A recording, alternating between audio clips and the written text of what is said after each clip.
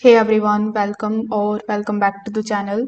In today's tutorial, I will show you exactly how to add plugins in WordPress in 2025.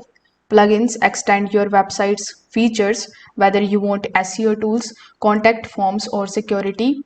So without further delay, let's get straight into it. First of all, you need to open your web browser. Over here in the search bar, you need to search for your website. After that, you need to add the backslash, then WP admin. This way you will be landed here inside the dashboard of your WordPress website.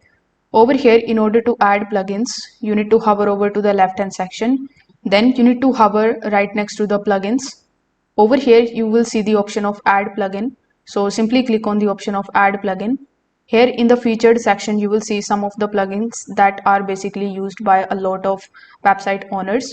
You can also click on the option of popular here in the top. Then it is going to show you Elementor, Yoast SEO, then Lightspeed, Cache, WP Form. So these are some of the best and widely used extensions that you can add in your WordPress website.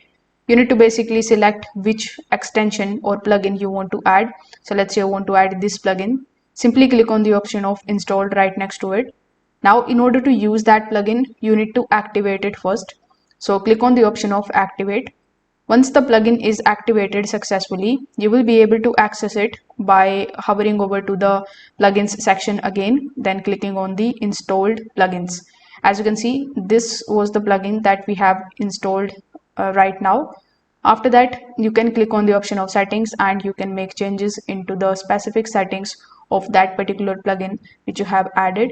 So this way you will be able to add the plugin in your WordPress website and start using it. If this video helped you out, make sure that you like this video and subscribe to the channel. Thanks for watching.